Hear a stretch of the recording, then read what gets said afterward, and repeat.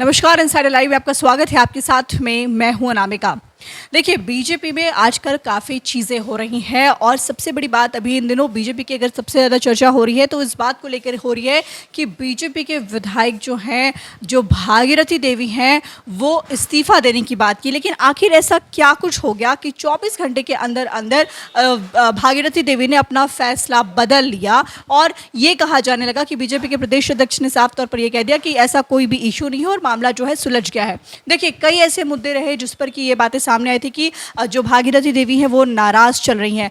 कहा जा रहा था कि उन्होंने खुद भी कहा था कि वो दलित हैं, इसीलिए उनकी पार्टी में कोई बात नहीं सुनता है, संगठन में कोई बात नहीं सुनता, इसको लेकर के वो काफ़ी ज़्यादा नाराज़ थी। और दूसरी जो अंदर खाने से खबर आई वो ये खबर थी कि जिस तरीके से बीजेपी की तरफ से 2 राज्यसभा के लिए 2 लोगों का उम्मीदवार बनाया गया, उसमें सतीश चंद्र दुबे हैं और दूसरे शंभू शरण पटेल हैं। तो सतीश चंद्र दुबे के नाम को लेकर के भी कहीं ना कहीं ये जो खबरें आई थी उसके अनुसार भागीरथी देवी को इससे भी आपत्ति थी और इसको लेकर के भी वो नाराज चल रही थी। हमारे साथ इस पर इस वक्त बीजेपी के प्रवक्ता हैं, उनसे पूछते हैं कि भागीरथी देवी को लेकर के क्या कहना चाहेंगे। इस्तीफा देना चाह रही थी लेकिन 24 घंटे के अंदर अंदर सब कुछ बदल गया। देखिए, मुझे भी मीडिया के माध्यम से इस विषय में जानकारी मिली थी, लेकिन भागीरथी देवी जी भाजपा से नाराज हो जाएंगी ये संभव ही नहीं है। भागीरथी देवी जी एक सामान्य पृष्ठभूमि से आई हुई महिला थी। भाजपा ने उनको 5 टर्म का विधायक बनाया है, तो स्वाभाविक तौर पर उनकी बात नहीं सुनी जाती है। इस बात पर कोई क्लेम है ही नहीं, क्योंकि वो 5 टर्म के विधायक हैं, लगातार हमारे नेतृत्व के संपर्क में रहती रही होंगी, तभी तो विधायक बनी 5 बार की।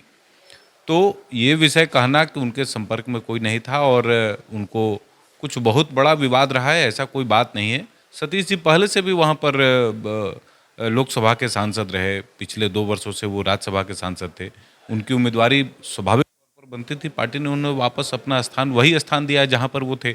तो ये कहना कि उनकी वजह उनको लेकर कोई समस्या थी, ऐसी कोई बात है नहीं। भागीरथी देवी जी पार्टी की कमिटेड नेता रही हैं और भाजपा ने उनको सभी प्रकार का सम्मान दिया है जो एक सामान्य कार्यकर्ता खोजता है पार्टी से।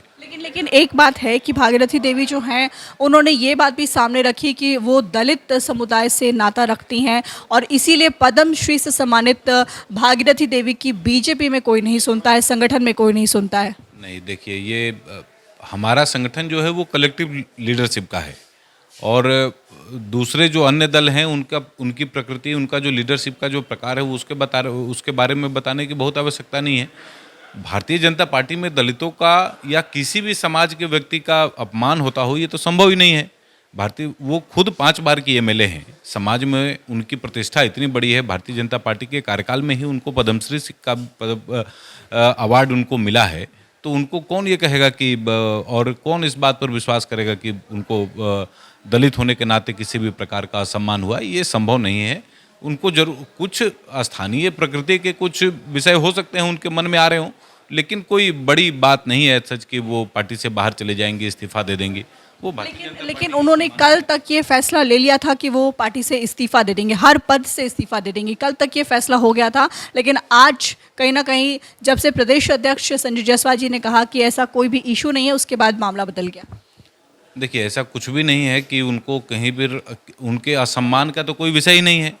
हाँ, संगठन में कई प्रकार की चीज़ें लगातार चलते रहती हैं, तो किसी व्यक्ति को किसी समय पर ऐसा महसूस हो सकता है कि मुझे थोड़ा यहाँ पर नहीं बुलाया गया, मुझे नहीं पूछा गया। ये बातें कभी किसी के मन में आ सकती हैं, लेकिन भाजपा का जो वर्किंग का जो कल्चर है उसमें किसी भी व्यक्ति को, अगर वो किसी स्तर पर हो या ना हो, एक सामान्य कार्यकर्ता, एक बूथ लेवल का कार्यकर्ता, एक मंडल स्तर का भी कार्यकर्ता भाजपा में बहुत सम्मानित होता है।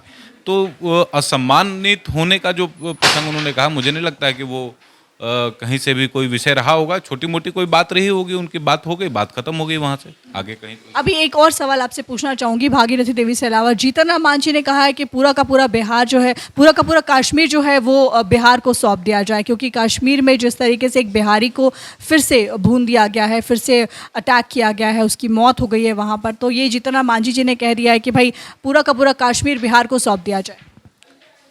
देखिए, सामान्य बोलचाल की भाषा में लोग इस बात को ऐसे भी प्रयोग करते हैं कि बिहार के अगर सामान्य लोगों को ले जाकर कश्मीर में बसा दिया जाएगा तो बिहार की जो कश्मीर की जो भूमि है उसको ज़्यादा सुरक्षित किया जा सकता है।